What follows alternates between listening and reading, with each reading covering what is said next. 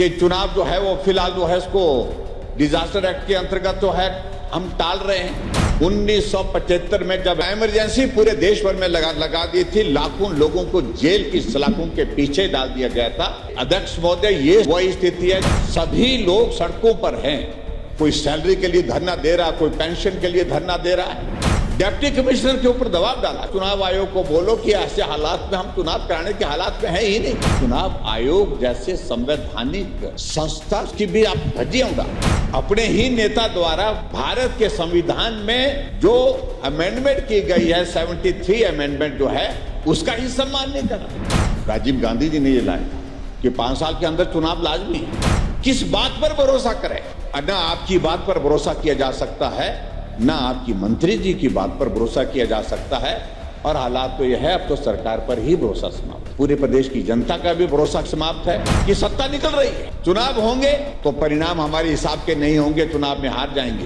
ये नियम के भी विपरीत है, लोकतांत्रिक मूल्यों के भी खिलाफ है, आपकी सरकार की सेहत के लिए भी खराब है। और हिमाचल प्रदेश में चुने हुए प्रतिनिधियों का जिस प्रकार से अधिकार है, उनका जो आप हनन कर रहे हैं, उनके भी ये सारी चीजें खिलाफ है। अब बात आ रही है कि हिमाचल प्रदेश में जो हमारा पंचायती राज का जो हमारा टेन्योर है और लोकल सेल्फ गवर्नमेंट का जो टेन्योर 5 साल का होता है, जो संविधान के मुताबिक, आप 73वें संविधान का आप जिक्र कर रहे हैं।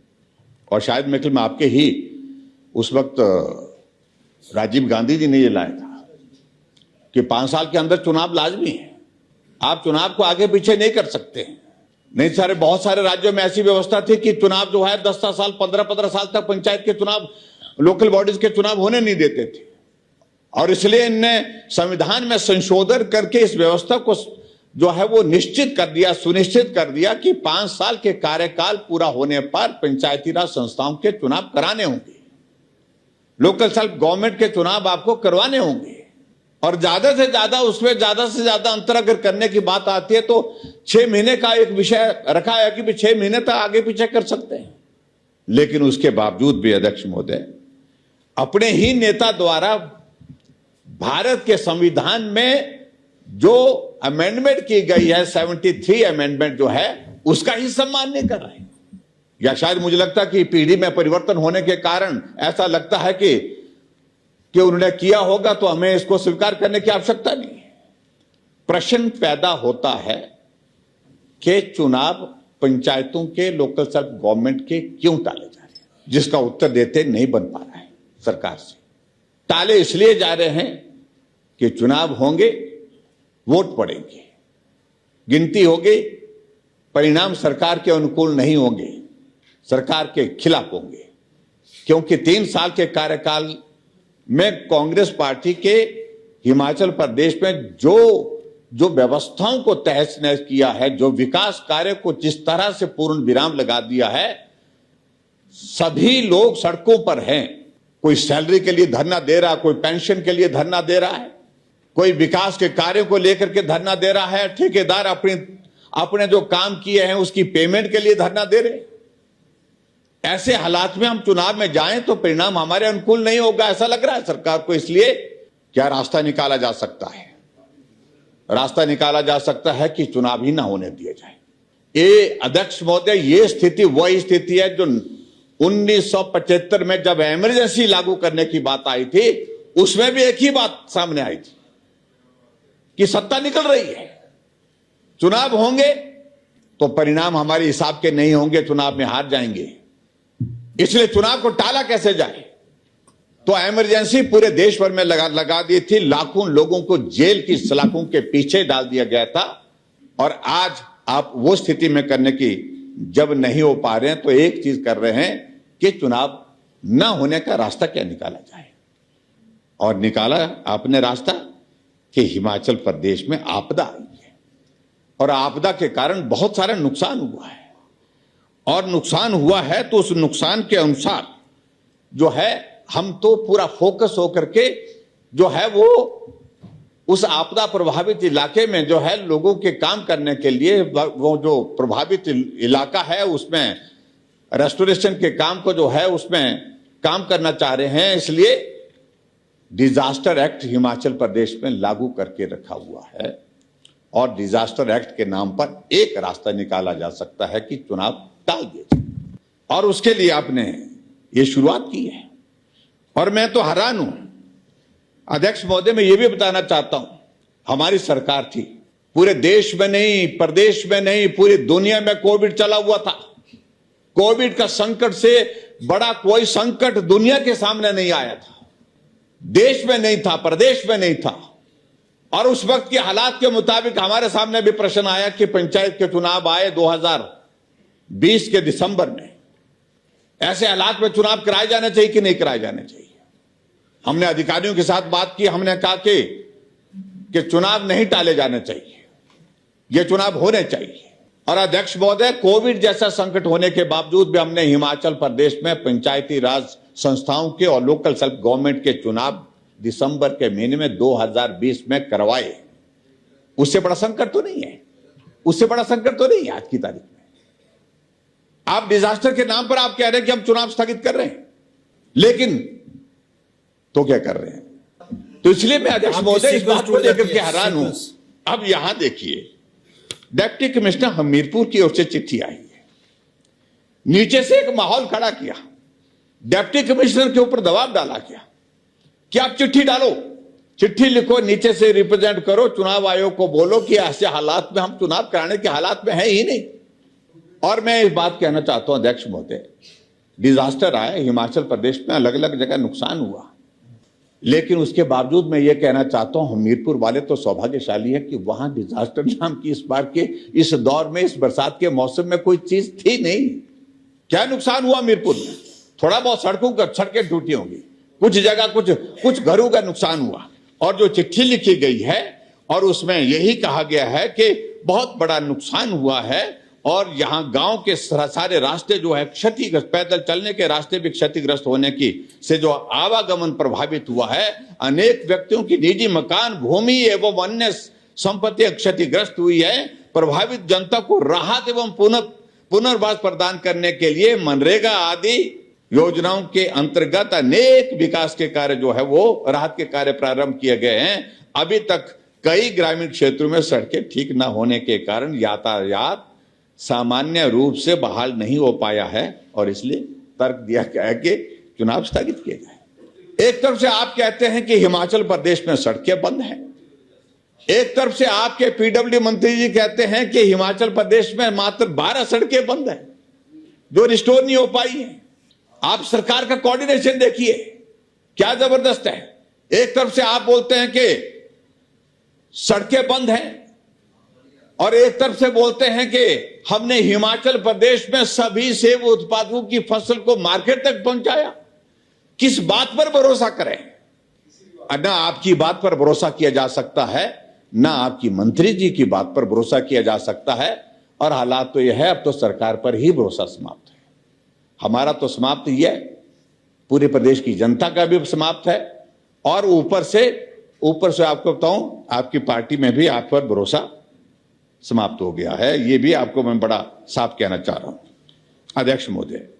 चीजों को ऐसा होता है, वो कहते नहीं, जब आप किसी को समझा नहीं सकते हैं तो उसको खज्जल कर दो। खज्जल यानी कि if you can not convince somebody, confuse him, उसको कंफ्यूज कर दो, खज्जल कर दो यानी कि। तो ये इनकी है, he is not able to make understand कि भाई लोगों को हम जो बात कह रहे हैं उसको समझाना मुश्किल है, इसके लिए खजल खाना कर दो यानी कि कंफ्यूज कर दो उनको। अब क्या कर दिया, कहा कि अभी रणधीर जी ने कहा कि बीच में ओबीसी का जिक्र कर दिया कि ओबीसी वाले रोस्टर मांग रहे हैं। हम कहां मना कर रहे हैं, हम कहां विरोध कर रहे हैं, लेकिन एक रास्ता एक तरीका और निकाला जा रहा है। आप एक तरफ से कह देते हैं कि चुनाव जो है वो फिलहाल जो है उसको डिजास्टर एक्ट के अंतर्गत जो है हम टाल रहे हैं, चुनाव आयोग नोटिफिकेशन कर रहे हैं और चुनाव आयोग नोटिफिकेशन कर रहा है कि हिमाचल प्रदेश में जो आपका जो डिलिमिटेशन का जो प्रोसेस है उसको हम फ्रीज कर रहे हैं और उसका नोटिफिकेशन करके, जो मेरे पास नोटिफिकेशन है यहां पर, उसके मुताबिक जो है वो डिलिमिटेशन का जो है वो प्रोसेस जो है वो कंप्लीट माना जाए, क्योंकि जिस हालात में है उसी हालात में रहेंगे। लेकिन उसके बावजूद उसको भी आप स्वीकार नहीं करते। आप चुनाव आयोग जैसे संवैधानिक संस्था से को भी उसकी भी आप धज्जियां उड़ा रहे हैं। आप कैबिनेट में जाकर के जाते हैं कि हिमाचल प्रदेश सरकार अब डिलिमिटेशन का प्रोसेस शुरू करेगी। तो 2024 के बाद क्या कर रहे थे आप? 2000 आमतौर पर जब पंचायती राज संस्थाओं का डिलिमिटेशन का प्रोसेस होता लगभग 1 साल पहले शुरू हो जाता है। नई पंचायतों का गठन करना, नई पंचायतों के गठन के बाद जो है उनकी बाउंड्रीज तय करना और उसके बाद उनको नोटिफाई करना, वो प्रोसेस तो बहुत लंबा है। अगर पंचायतों में फिर से, अगर नगर परिषदों नगर पंचायतों में अगर आप डिलिमिटेशन को फिर से शुरू करने की बात कह रहे हैं तो इसका अभिप्राय क्या है कि प्रोसेस आप लगभग 1 साल के लिए टालने का अंदेशा रख रहे हैं। मतलब आप सोच रख रहे हैं मिनिमम जो हमारा एक्ट जो है उसका अनुमति नहीं देता है, आप उसके विपरीत चल रहे हैं, आप उसके खिलाफ चल रहे हैं, लेकिन उसके बावजूद भी आप इस तरह का फैसला कर रहे हैं। चुनाव आयोग कह रहा है, आपका स्टेट इलेक्शन कमीशन कह रहे हैं कि जो डिप्टी कमिश्नर को चिट्ठी लिख करके आदेश कर रहे हैं, जो मटेरियल यहां पर हमने तैयार करके रखा उसको उठा करके ले जाइए। लेकिन डिप्टी कमिश्नर लिख करके जो है वो देने के बावजूद भी जो ऊपर से जो आदेश आने के उसके बावजूद भी उठा नहीं रहे। आखिरकार बाद में उठाने की दिशा में कुछ आगे प्रगति हुई, लेकिन आखिरकार आप करना क्या चाहते हैं? ये सब क्यों करना चाहते हैं? क्योंकि आपको अव्यवस्था से इतना लगाव हो गया है। सरकार आने के बाद आपने हिमाचल प्रदेश में कुछ नगर निगम बना दिए, कुछ नगर परिषदें बना दी, कुछ नगर पंचायतें भी बना दी, और पहले आपने उसमें ऑर्डिनेंस लाया, बाद में उसको आपने विधानसभा के अंदर एनेक्टमेंट के रूप में एक्ट बना करके लाया। लेकिन हैरानी की बात उसमें भी प्रोविजन यह है कि आपको 6 महीने के अंदर चुनाव कराना चाहिए। आपने 6 महीने के अंदर चुनाव ना वो नगर निगम हो पाई, पंचायतें वहां पर आपने मिलाकर के नगर निगम का हिस्सा बना दी। पंचायत के प्रधानों को कहा कि अब आपकी पंचायत जो है नगर निगम में चले गई है। वो पंचायत का प्रधान कहां बैठेगा? वो पंचायत के प्रधान के पावर्स जो 5 साल के लिए एक पंचायत के प्रतिनिधि के नाते चुनी गई, उनको आपने समाप्त कर दिया। जो काउंसलर जो चुन करके नगर परिषद में जो चुन करके आया, उनके भी आपने वो जो है वो जो संवैधानिक एक व्यवस्था के अनुसार एक इलेक्टेड रिप्रेजेंटेटिव की पावर्स आपने खत्म कर दी। क्योस जिसको कह सकते हैं, जिसको ओवरऑल जिसको बोलते हैं कि ऐसी अव्यवस्था, ऐसा खजल खाना आज से पहले कभी भी सरकार में देखने को नहीं मिला, जो सुख की सरकार और व्यवस्था परिवर्तन के इस दौर में देखने को मिल रहा है।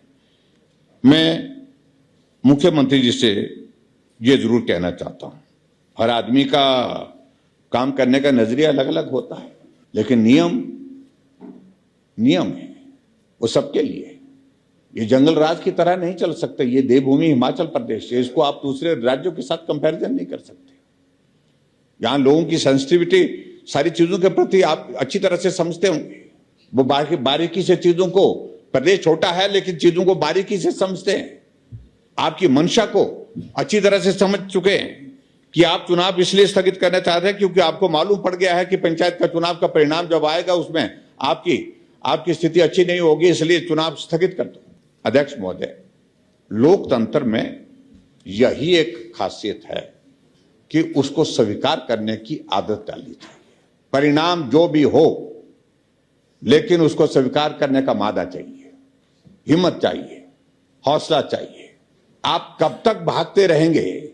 कब तक आप चीजों को टालते रहेंगे? कब तक आप अव्यवस्था के इस दौर में प्रदेश को छोड़ते जाएंगे? आखिरकार ये दौर समाप्त होगा।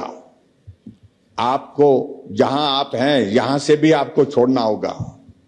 ये जगह भी स्थायी रूप से किसी के लिए नहीं है।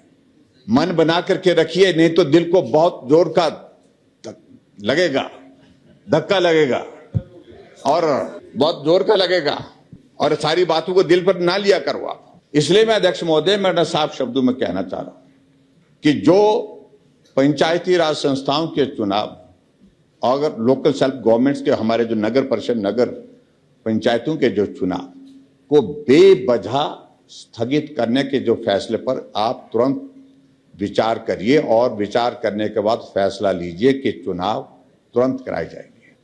ये भी विपरीत है, लोकतांत्रिक मूल्यों के भी खिलाफ है और आपकी सरकार के लिए भी, आपकी सरकार की सेहत के लिए भी खराब है।